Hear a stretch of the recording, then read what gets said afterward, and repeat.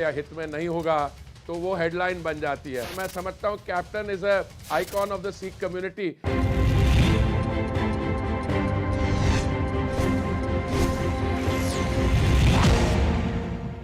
मेरे साथ इस समय एक्सक्लूसिवली बात करने के लिए जुड़ रहे हैं केंद्रीय मंत्री हरदीप पुरी साहब। पुरी साहब, आपका अभिनंदन है। नमस्कार, कैसे हैं आप? नमस्कार, बहुत धन्यवाद कि आपसे आज ये आपसे बातचीत हो रही है। जी पुरी साहब, पहला सवाल तो यही बनता है कि इस देश के वैज्ञानिकों ने एक वैक्सीन बनाई और हमारे डॉक्टर्स ने, हमारी नर्सेस ने उस आंकड़े को 100 करोड़ के पार कर दिया। मई के महीने में जो असंभव नजर आ रहा था वो संभव हो गया। क्या कहना चाहते हैं आप? मैं तो सिर्फ यही कहना चाहूँगा कि 272 दिन में 100 करोड़ का आंकड़ा जो पार हुआ है जी, ये सिर्फ हमारे हेल्थ वर्कर्स, हमारे साइंटिस्ट, हमारे डॉक्टर्स, नर्सेज, उनके लिए नहीं और सारे देश के लिए एक बहुत गर्व का विषय है। आपको याद करवाना चाहता हूँ, एक हमारा युवा नेता है, कुछ मई के महीने में पूछ रहे थे, मोदी जी हमारे बच्चों की वैक्सीन कहाँ है? जी जी जी। तो मैंने उस समय भी उनको कहा था कि राजस्थान में तो आपने कूड़े में डाल दी और पंजाब में आपकी जो सरकार है उस पर मुनाफाखोरी कर रही है। देखिए, ये हमारे यहाँ इन्होंने झूठ फैलाया, भ्रम फैलाया कि ये वैक्सीन जो है ये अभी इसको इमरजेंसी यूज ऑथराइजेशन नहीं देनी चाहिए थी। अभी भारत बायोटेक के क्लिनिकल 3rd फेज के अभी ट्रायल्स पूरे नहीं हुए थे और इन्होंने पूरी कोशिश की और झूठ फैलाया, भ्रम फैलाया। जी देखिए, और खुशी की बात यह है कि अब ये सब चुप हैं। उनमें से एक को भी नहीं मैंने देखा कि जिसने बधाई दी हो कि माननीय प्रधानमंत्री जी ने ही लेड फ्रॉम अप फ्रंट। और today the world over Bill Gates आपकी प्रशंसा कर रहे हैं, बाकी देश की सरकारें कर रही हैं। हमारी ये एनर्जी मीटिंग है, यहाँ पे जिससे मैंने बात की है वो कहते हैं हम हैरान हैं कि भारत ने एक ऐसा हेल्थ सेक्टर की रिवैम्पिंग की और वैक्सीन मैन्युफैक्चरिंग की। तो अब मैं इसका और क्या कहूँ, मैं तो कहूँगा कि ये जो कार्य हुआ है, ये जब हमारा इतिहास लिखा जाएगा इस पीरियड का, ये जो डेवलपमेंट है सोने के अक्षरों में लिखी जाएगी। देखिए, आपने उस युवा नेता की बात करी तो मैं देश को बता देता हूं, वो युवा नेता जो है वो राहुल गांधी हैं। उनकी बहन प्रियंका गांधी वाड्रा, इन दोनों ने सवाल खड़े करे थे, प्रेस कॉन्फ्रेंसेस भी करी थी, लगातार सवाल खड़े करे गए थे। लेकिन मई और जून के महीने में कांग्रेस ने तो इस मुद्दे को उठाया था, लेकिन कांग्रेस तो अभी भी कह रही है, रणदीप सिंह सुरजेवाला जो कांग्रेस की जनरल सेक्रेटरी हैं, सोनिया गांधी के एडवाइजर हैं और कांग्रेस पार्टी के मीडिया हेड भी हैं, वो कहते हैं कि प्रधानमंत्री मोदी के बारे में उन्होंने कहा कि ये नीम हकीम खतरे जान हैं, प्रधानमंत्री गलत बयानबाजी कर रहे हैं वैक्सीनेशन को लेकर। क्या आपको लगता है कि पॉलिटिक्स इस कदर हो गई है कि अगर वैक्सीन का मुद्दा भी है, अगर वैक्सीन का आंकड़ा भी 100 करोड़ के पार चला गया, उस पर भी राजनीति ढूंढी जा रही है? देखिए, जब भी राजनीतिक दल जो हैं और ये जिसके बारे आप चर्चा कर रहे हैं, तो it was a great political party. उनका हमारे फ्रीडम मूवमेंट में भी उनका बहुत कंट्रीब्यूशन रहा है। बट जब ये रेलेवेंस से जाके इरेलेवेंस पे पहुंचते हैं, मैं कुछ टिप्पणी नहीं करना चाहता हूं जो उन्होंने माननीय प्रधानमंत्री जी के बारे में बोला। I don't want to dignify that. But ये जब इरेलेवेंस पे आते हैं और इरेलेवेंस से के बाद ओब्लिवियन होता है, जब मतलब नक्शा ही नहीं होता, तो अब मैं इसके बारे क्या कहूँ, क्या जो टिप्पणी दें। देखिए, बहुत गर्व की बात है कि इकोनॉमिक लॉकडाउन जो हुआ था 25 मार्च को, उसके बाद आज हमारी economy is on firing on all 6 या ऑल 8 सिलेंडर्स। जो हमारी सेंसेक्स है 62,000 क्रॉस कर गई है। हमारी पेट्रोल और डीजल कंजम्पशन जो है प्री कोविड पीरियड से पहले 20% ऊपर है, डीजल कंजम्पशन भी 12% ऊपर है। तो आप सब जगह इकोनॉमिक एक्टिविटी की प्रशंसा हो रही है। आज मैंने एक फोरकास्ट पढ़ा कि फिस्कल ईयर 2022 में हमारी इकोनॉमी 10% से ज़्यादा ग्रो करेगी। तो हमें उन चीज़ों पे ध्यान देना चाहिए। अगर जो इरेलेवेंट बातें हमारे कुछ राजनीतिक दल करते हैं, उनको मैं समझता हूँ उसकी कोई रेलेवेंस नहीं है। एक बड़ा इंपॉर्टेंट पॉइंट है, क्योंकि हम वैक्सीनेशन की बात कर रहे हैं, क्या ये वैक्सीनेशन की स्पीड इसी तरह से आगे भी जारी रहेगी? क्योंकि कई सवाल खड़े हो रहे हैं कि अब हम 100 करोड़ पे पहुंच गए हैं, तो कहीं कंप्लेसेंसी ना आ जाए, यानी एक थकावट ना आ जाए सिस्टम में। देखिए, मैं समझता हूं कि कंप्लेसेंसी तो कभी भी नहीं आनी चाहिए, पर मैं जो हमारे प्रोडक्शन फिगर्स देख रहा हूं, जो सीरम इंस्टीट्यूट के हैं, जो भारत बायोटेक के हैं और बाकी जिनके पास भी वैक्सीन मैन्युफैक्चरिंग लाइसेंस है, ये जी। अब हमने ये डेमोन्स्ट्रेट कर दिया है कि हमारे पास प्रोडक्शन फैसिलिटीज़ हैं, मैन्युफैक्चरिंग कैपेसिटी है और दबा के मैन्युफैक्चरिंग हो रही है। ये भी हमने देखा है, इसकी वैक्सीन की ट्रांसपोर्टेशन, इनकी एडमिनिस्ट्रेशन और हमारी नर्सेज, हमारे जो जी। बाकी जो हमारे हेल्थ वर्कर्स है, ये बहुत वर्ल्ड क्लास सिस्टम इस्टेब्लिश हो गया। तो मुझे कोई चिंता नहीं है कि आने वाले महीनों में ये और गति से आगे नहीं बढ़ेगी। दिल्ली के डिप्टी सीएम मनीष सिसोदिया कहते हैं कि अगर हमने वैक्सीनेशन का प्रोसेस पहले जल्दी शुरू किया कर दिया होता, उन्होंने ट्वीट किया है, तो हम 100 करोड़ का आंकड़ा और जल्दी छू लेते, इसमें इतनी देरी नहीं होती। ये जो जिन जिन भाई साहब का आपने नाम लिया, उनको कहिए वैक्सीन जो है ना, ये कोई नेबरहुड केमिस्ट में अवेलेबल दवाई नहीं है जिनको आप ऑफ द शेल्फ जाके खरीद सकते हैं। ये vaccine manufacturing under intellectual property protection होता है और इसमें हमने, क्योंकि हमने एंड टाइम से शुरू किया, तो ये 272 डेज, तो मैं समझता हूँ गिनेस बुक ऑफ रिकॉर्ड में जाना चाहिए एक 100 करोड़ की वैक्सीन डोजेस का। पर अगर इससे ज़्यादा और कुछ कर सकते थे, पर ये वही व्यक्ति हैं जिन्होंने कहा था कि आप हमें डायरेक्टली प्रोक्योर करने दीजिए। इनमें से कई हमारे नेता हैं, जी, खास कई करके जिनके कई पहले आप CMs नाम थे। ले रहे थे। जी, मैं जी। जब लग रहा था, जब ये हेजिटेंसी फैला रहे थे, ये चाहते थे कि हम जो ज़्यादा महंगी वैक्सीन है बाहरले देशों से, उसको इंपोर्ट करें। जी, चलिए अब बात कर लेते हैं, क्योंकि आप पेट्रोलियम मंत्री भी हैं, तो सवाल उस पर भी पूछना बहुत आवश्यक है। देश में पेट्रोल और डीजल के दाम लगातार बढ़ रहे हैं, सिलेंडर के दाम लगातार बढ़ रहे हैं। क्या सरकार के पास कोई लॉन्ग टर्म प्लान है इसको लेकर? क्योंकि ये समस्या है हरदीपुरी साहब, इससे इंकार नहीं किया जा सकता, और विपक्ष बार बार घेरता है इस पर, जनता भी परेशान होती है। देखिए, सरकार के पास सिर्फ प्लान्स ही नहीं है, सरकार उन प्लान्स को इम्प्लीमेंट भी कर रही है। अब हम अपनी बायोफ्यूल्स ब्लेंडिंग जो है उसको ले जा रहे हैं 10% से 20% तक, गैस को ले जा रहे हैं 6% से 15% तक। हम अपना जो एरिया अंडर एक्सप्लोरेशन और प्रोडक्शन है उसको बढ़ा रहे हैं। नॉर्थ ईस्ट में 30,000 स्क्वायर किलोमीटर से लेके उसको 60,000 स्क्वायर किलोमीटर ले जा रहे हैं। मैंने स्टेटमेंट किया है कि हमारे जो 26 सेडिमेंट्री बेसिन है, उनमें से अभी 8 ही एक्सप्लोर किए, बाकियों को भी कर रहे हैं। देखिए, ये जो दाम ऊंचे हैं, इसका कुछ कारण है। The severity of winter somewhere, coal crisis, जिससे गैस प्राइसेस बढ़े हैं, उसके कारण पेट्रोल प्राइस बढ़ गए। तो हम अपनी तरफ से जितना भी हमारा मार्जिन ऑफ परसुएशन है, हम जो प्रोड्यूसिंग कंट्रीज हैं उनसे बात कर रहे हैं, उनको ये कन्विंस करने की कोशिश कर रहे हैं कि अगर प्राइसेस ऐसे ही बहुत ऊंची रही तो that is not in the interest of both the consuming and the producing countries. पर फेस्टिवल सीजन में लोगों पर इसका भार पड़ता है। आपने एक बयान भी दिया कि नेचुरल गैस के दाम जो है वो और आने वाले दिनों में बढ़ सकते हैं। देखिए, पड़ सकता है, और मैं अब समझता हूं कि इसमें जो इलास्टिसिटी है उसके लिए हमको देखना पड़ेगा।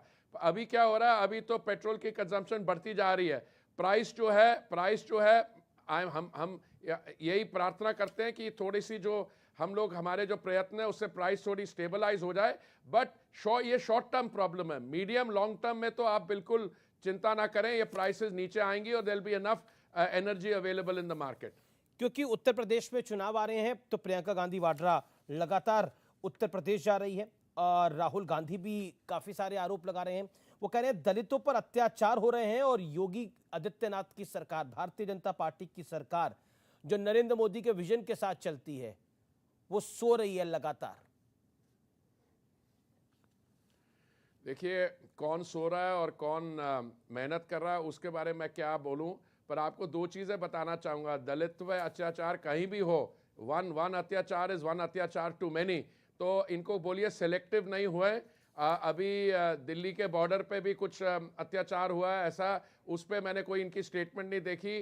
और कौन सी सरकार, मैं तो उत्तर प्रदेश से इलेक्टेड हूं और मैं आपको बताता हूं जो योगी जी की सरकार ने वहां पे विकास का कार्य किया है, जो वहां के हमारी जो केंद्रीय योजनाएं हैं, उनके जो आंकड़े हैं, सब आप देखिए, लॉ एंड ऑर्डर की इंप्रूवमेंट हुई है। तो मैं समझता जिन राजनीतिक दल नेताओं की आप बात कर रहे हैं, वो जरा अपने अंदर देखिए। वो कह रहे हैं, आपने कहा कि प्रियंका जी बड़ी मेहनत कर रहे हैं, आपको क्या लगता है कितनी सीट आएगी कांग्रेस की उत्तर प्रदेश में? लास्ट टाइम तो 7 आई थी, इस बारी कांग्रेस को उम्मीद है कि 100 का आंकड़ा वो पार कर लेगी। लास्ट टाइम तो 7 आई थी, पर 7।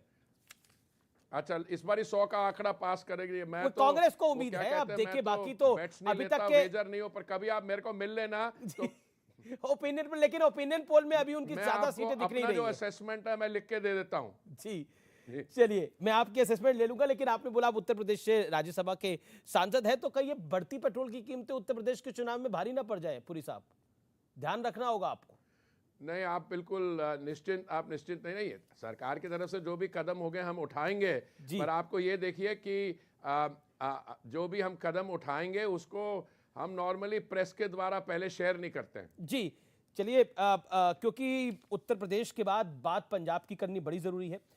अमरिंदर सिंह, कैप्टन अमरिंदर सिंह को हटा दिया गया है। जब मेरी आपसे लास्ट टाइम बात हुई थी तो काफी सिर फटौवल चल रहा था पंजाब के अंदर नवजोत सिंह सिद्धू को लेकर, लेकिन अब कैप्टन अमरिंदर सिंह को हटा दिया गया है। वो गृह मंत्री अमित शाह से भी मिल लिए हैं, उनका एक इंटरव्यू भी आया है, न्यूज़ 18 पर उन्होंने एक इंटरव्यू भी दिया है, जिस इंटरव्यू में उन्होंने स्पष्ट रूप से कहा है कि वो बीजेपी के साथ आ सकते हैं अगर किसान आंदोलन सिमट जाए, यानी अगर किसानों की मांगे पूरी कर ली जाए। कैसे देखते हैं आप, क्योंकि पंजाब आपके लिए भी महत्वपूर्ण है?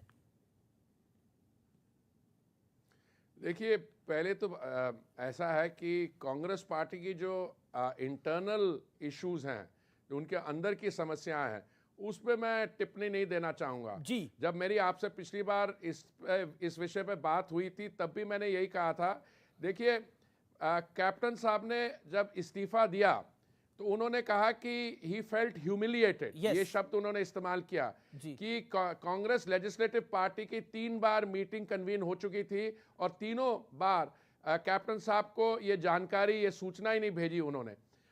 अब कैप्टन साहब ने जो बयान दिया है कि वो नई पार्टी बना रहे हैं, उनके ऑप्शंस ओपन हैं, they could even he could even look at a political alliance with the BJP. ये सारी हमारी जो भारतीय जनता पार्टी की लीडरशिप है, उनकी लीडरशिप के बीच और कैप्टन साहब के बीच में जो भी कॉन्टैक्ट्स हो रहे हैं, जो भी बातचीत हो रही है, जब when this reaches a final point of agreement, I am sure कि हम लोग आपके साथ शेयर करेंगे। पर कैप्टन अमरिंदर सिंह ने जो ऑफर दिया, उन्होंने बोला जब तक किसानों की समस्या का समाधान नहीं होगा तब तक ये नहीं हो पाएगा। तो एक तरह से उन्होंने तो अपना ऑफर खुले में दे दिया है और उन्होंने इंटरव्यू के जरिए इसको बोला है। तो क्योंकि आप पंजाब से आते हैं, क्या कैप्टन अमरिंदर सिंह अगर अलायंस आपके साथ करते हैं तो आपको लगता है ये पंजाब के हित में होगा या देश के हित में होगा? देखिए, अगर मैं इस समय कोई स्टेटमेंट करता हूं कि हित में होगा या हित में नहीं होगा, तो वो हेडलाइन बन जाती है। मैंने, भाई साहब, 39 इयर्स मेरी प्रोफेशनल ट्रेनिंग है एज ए सिविल सर्वेंट। तो मैं ऐसे आपके जो बढ़िया सवाल हैं, विचार, वो जैसे बचपन में कहा करता था ट्रिक क्वेश्चन, मैं अभी नहीं करूंगा। मेरा कैप्टन साहब के साथ बहुत पुराना रिलेशनशिप है। वो दिल्ली आए थे, मेरे को मिले थे, जब मैं वहाँ गया था उन्हें मिला था। हमारी कम्युनिटी में उनकी बहुत रिस्पेक्ट है और मैं समझता हूँ captain is a icon of the Sikh community. पर वो क्या उनकी अलायंस होगी बीजेपी के साथ, कि वो उस पर फार्मर इश्यूज पे क्या बातचीत होगी, it is not my mandate to pronounce on that. आपको अगले दिनों में कोई मौका मिले बीजेपी लीडरशिप से बात करने का, उनको सवाल कीजिए। बिल्कुल बिल्कुल, आने वाले दिनों में हम जगत प्रकाश नड्डा बीजेपी अध्यक्ष का इंटरव्यू करेंगे तो, और अमित शाह का इंटरव्यू करेंगे तो जरूर ये सवाल पूछेंगे। लेकिन अगला सवाल मेरा जो है वो जम्मू कश्मीर को लेकर है। बहुत दुख की बात है कि वहां जम्मू कश्मीर में टारगेट किलिंग हुई है, जहां पर एक सिख बहन को हिंदुओं को टारगेट करके मारा गया है। क्या कहना चाहते हैं आप इस विषय के ऊपर? क्या आपको लगता है 1990 का दौर वापस आ रहा है? जो अभी नहीं, देखिए, ऐसा है कि धारा 370 के हटाने के बाद और 35A को हटाने के बाद बहुत सिचुएशन वहाँ इम्प्रूव हुई है। मैं कुछ हफ्ता 10 दिन पहले मैं था वहाँ पे जम्मू में, और जो मैंने देखा जो विकास का काम हो रहा है, दैट्स वेरी इनकरेजिंग। ये जो टारगेटेड किलिंग्स हुई हैं, इसकी मोटिवेशन आपको पता है क्यों हो रही है। देर आर फोर्सेस जो हमारे को इनेमिकल है, जो नहीं चाहती कि हमारी तरक्की, और अभी जो हमारी जो सुरक्षा सिक्योरिटी फोर्सेस जो कार्रवाई कर रहे हैं etcetera, I am sure that situation is already much better और will soon be under total control. Central vista का काम तेजी से आगे बढ़ रहा है, प्रधानमंत्री भी ने भी काम का जायजा लिया। क्या आप उस विषय पर कहना चाहते हैं? क्या आपको लगता है कि समय पर काम पूरा हो जाएगा? देखिए, अभी तक सेंट्रल विस्टा के जो भी सेगमेंट्स हैं, 2 पे काम हो रहा है जी। अभी सेंट्रल विस्टा एवेन्यू जो है कोई 400 करोड़ का प्रोजेक्ट है, जो हमें 26 जनवरी तक पूरा करना है, क्योंकि हमारे 75th ईयर ऑफ इंडिपेंडेंस में जो रिपब्लिक डे परेड है 26 जनवरी 2022 को वहाँ पे करनी है। मुझे पूरा विश्वास है, हर हफ्ते मैं इसको इंस्पेक्ट करता हूँ, मुझे पूरा विश्वास है कि एन समय से पहले ही ये पूरा हो जाएगा। दूसरा जो प्रोजेक्ट है वो है नई पार्लियामेंट बिल्डिंग का, which has to be completed by the winter session of 2022, क्योंकि हमारी जो सेलिब्रेटरी 75th ईयर की एनिवर्सरी विंटर सेशन होगी, उसको अक्टूबर तक ख़त्म करना है। उस पर भी हम लोग पूरे लगे हुए हैं, सारी जो एजेंसीज इस पर काम कर रही हैं, और उसको भी हम रिव्यू करते हैं रेगुलरली, और हमें पूरा विश्वास है कि वो भी will be completed well in time. जी, किसान आंदोलन को लगभग 300 दिन हो गए हैं। सुप्रीम कोर्ट ने भी उस पर एक ऑब्जर्वेशन दी है। किसको आप कैसे देखते हैं? क्या आपको लगता है कि अब ये आखिरी पलों में अपना आंदोलन, या फिर आपको लगता है कि ये उत्तर प्रदेश के चुनावों के बाद ही इसका कुछ हल निकल के आएगा? देखिए, मैं तो पहले दिन से कह रहा हूं, जब से भी ये आंदोलन शुरू हुआ था, कि हमारे जो किसान भाई हैं, जिनकी मेहनत से हमें जो हमारे अन्नदाता हैं, मैं तो शुरू से कह रहा था कि इनकी जो भी डिमांड्स थी, एमएसपी पे इनको थोड़ी चिंता थी। ये चाहते थे कि किसी सरकार के सीनियर लेवल पे कुछ स्टेटमेंट हो जाए कि एमएसपी को हटाया नहीं जाएगा, मंडियां बंद नहीं होंगी। हमने सब पे इनको विश्वास दिलवाया, और देखिए, और जब से ये कानून पास हुए उस समय जो भी प्रोक्योरमेंट सीजन हुआ है, राइस का, वीट का, फिर राइस का, रिकॉर्ड प्रोक्योरमेंट हो रही है, और कोई सरकार एमएसपी को नहीं हटाएगी। तो हम यही कह रहे हैं कि इनकी अगर कोई रेजिडुअल डिमांड्स हैं, तो हमारे तोमर जी और जो भी सरकार की तरफ से डेजिग्नेटेड रिप्रेजेंटेटिव्स हैं, उनके साथ बैठे और खुले दिल से और बिल्कुल विदाउट इनहिबिशन बातचीत करें। अब तो क्लैरिटी हो गई है, ये पॉलिटिकल मूवमेंट है, जिसके पीछे तमाम वो लोग हैं जो नरेंद्र मोदी के विरोधी हैं। इसमें तो अब कोई डाउट ही नहीं रह गया, जिस तरह से पूरा एक्शन हुआ है।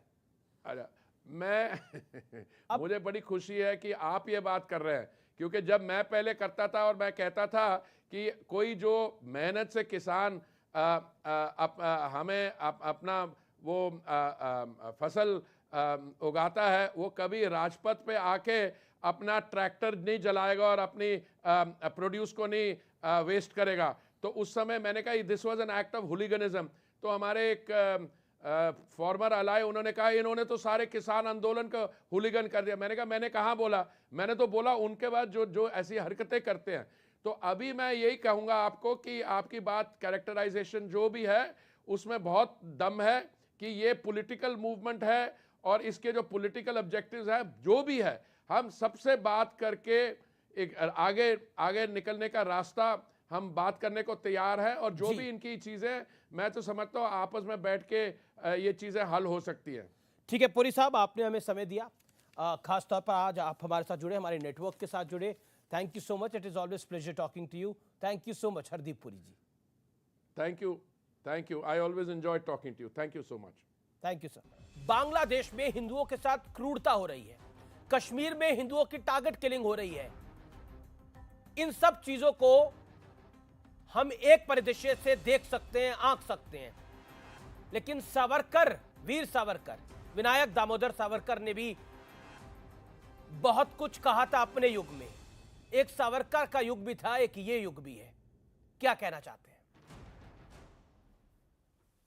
देखिए, हमारी पुस्तक में इसका बहुत ही बारीकी से विवरण हमने दिया है कि आज जो भी हो रहा है, बांग्लादेश में हिंदुओं के साथ हो रहा है, कश्मीर में हो रहा है, और कट्टरवाद जो साउथ एशिया में बढ़ा है, इनकी सबकी भविष्यवाणी वीर सावरकर ने आज से 70-80 साल पहले कर दी थी। 70 साल वो बार बार 1937 के बाद में जब वो 1937 में जब वो रत्नागिरी से बाहर आए, जो नज़र कैद में थे, उसके बाद में वो लगातार आगाह कर रहे थे समाज को कि ये जो मुस्लिम कम्युनलिज्म है और जैसे कांग्रेस इसके सामने जो घुटने टेकती जा रही है, ये आगे जाके बहुत ही खतरनाक साबित होगा भारत के लिए, भारत के हिंदुओं के लिए और भारत देश के लिए।